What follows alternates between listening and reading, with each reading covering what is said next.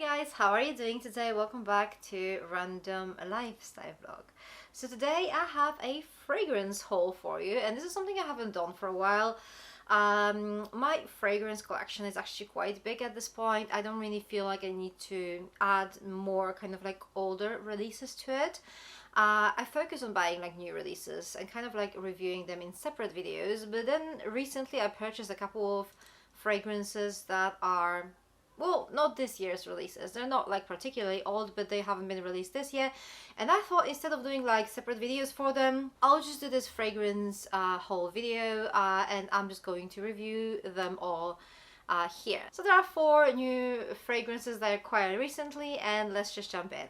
So the first fragrance is this one over here. I've had it for a couple of months now. This is Good Fortune Victor and Rolf, and this one was released last year. So I told you not that old, but I wasn't really sure if I wanted it or not. So let me just read you the notes so that you can see why I was so worried. So the top notes here are fennel and gentiana, then middle notes jasmine, and then base notes Madagascar vanilla. So as you can see, this is quite a simple floral fragrance. There is this fennel note, which, I mean, it can go either way. But I was a little bit worried because this fragrance seemed quite plain to me.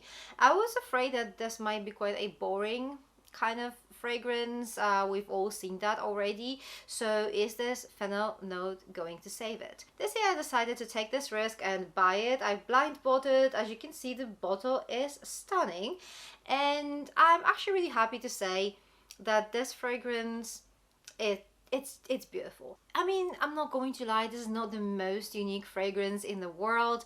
You can definitely compare this to like other fragrances. The first thing that comes to my mind when I smell it is Pure Poison by Dior. I'm not really saying that these fragrances are super similar, but they both have this like a very similar jasmine note in it. This one compared to Pure Poison is definitely a little bit like airier and maybe fresher. I think this fennel note has something to do with that. It is quite prominent, but it blends really nicely with this fragrance. So I think this is a really pretty fragrance, not the most unique in the world, but that fennel note actually makes it quite interesting. So it's not boring, it's pretty, it's something I've been wearing quite a lot recently, so definitely a good purchase. So now we have another last year's release, and this is Jean Paul Gaultier's Scandale Le Parfum. So the notes that we have here, so the top note, there's only one top note here, it's jasmine, then we have middle notes of caramel and salt, and then we have base notes of vanilla. So this just sounds like this perfect wintry gourmand to me. So not sure why I didn't purchase that in the first place, but I have it now, and I'm actually really happy with how it smells. So this is just so yummy. This caramel note here is stunning. The jasmine note actually elevates this fragrance a little bit. It's not your kind of plain gourmand, but it's slightly more interesting with this note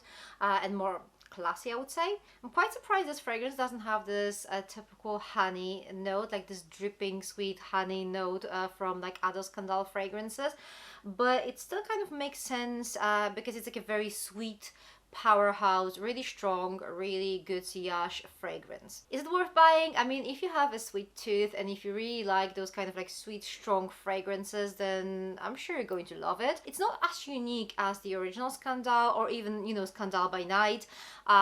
This one is just more like a typical heavy, sweet gourmand. But all in all, it's a really nice fragrance, and I can't wait to wear it when it just gets cold again. But for now, I'm just like all about like summer. Once it gets colder, this is going to be a perfect scent. So guess what? We have another Scandale fragrance, and this one was released in 2021. But this was a Middle Eastern exclusive, and now you can actually buy it in the UK. So when I saw it, when I saw the packaging, when I saw the notes, I knew I had to buy it. And let me show you. This only comes in this massive 80 ml bottle, so it is quite quite big. So as you can see, the bottle is quite stunning, and let's have a quick look at the notes. So the top notes here are saffron, honey and cardamom. The middle notes are cypriol oil and rose and jasmine sambac, and then base notes sandalwood, leather and patchouli. So when I first saw the notes, I just couldn't wait to try it out because, I mean, saffron, honey, sandalwood, leather, I was like, this is going to be amazing. Do you know what? I'm actually quite surprised with this fragrance. I'm not saying it's bad, but it's definitely not what I expected. So first of all, I would describe this fragrance as quite leathery. You can definitely get some woodiness in here. That cypriol oil is there as well. That would be my kind of like main focus of this fragrance. We do have some of that honey, but it's not as prominent as I expected. I hoped for this kind of like sweet, indulgent honey note, whereas what we have here, this honey here, it gives me more of this kind of like a honey, I don't know, derivative, like propolis or royal jelly, I think, you know, that kind of thing. They don't really have this edible, super sweet scent, and this is what I'm missing here.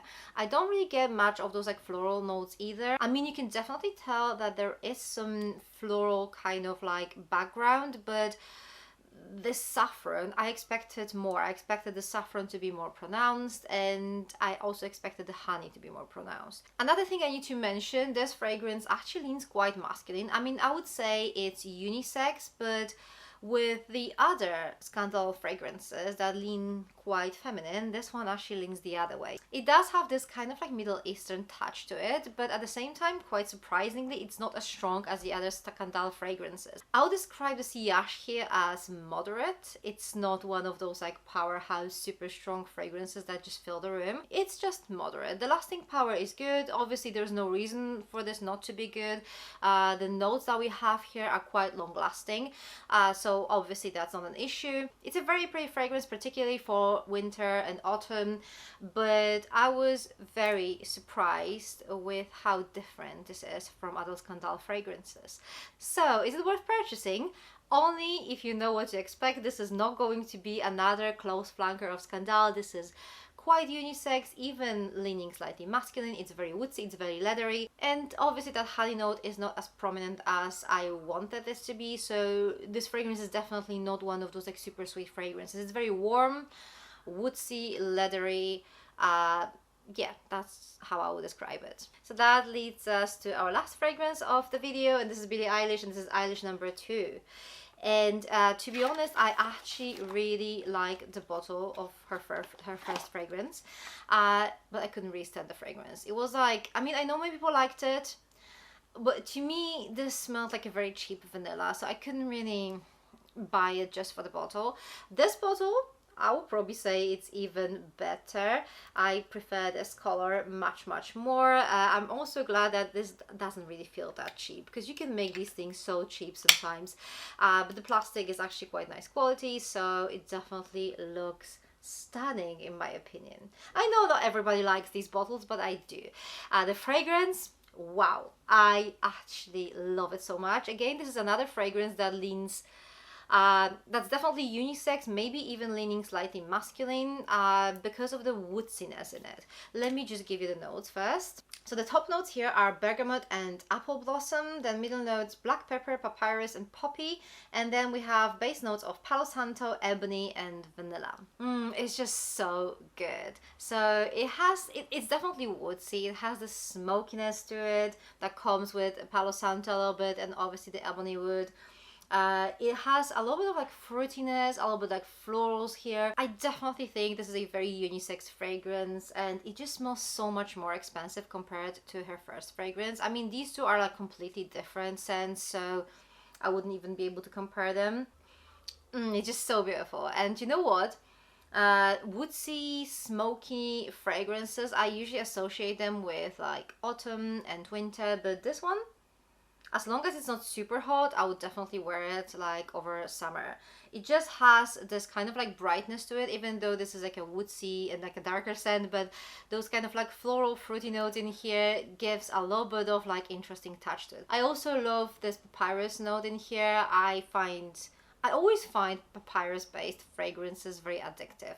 there is just something about this note that kind of like draws me in. So this fragrance is definitely something I would recommend. Obviously it's not particularly expensive. The bottle, in my personal opinion, is stunning, and the fragrance is so good. So these are the 4 fragrances I picked up in my recent fragrance haul. Have you tried any of these? If so, let me know your thoughts in the comment section down below. These were all blind buys, but there are like 3 fragrances here that I would just repurchase even knowing how they smell, and these would be the fragrances. So the Viktor and Rolf, the Billie Eilish one, and the Scandale Perfum. These fragrances I would definitely want to have in my collection.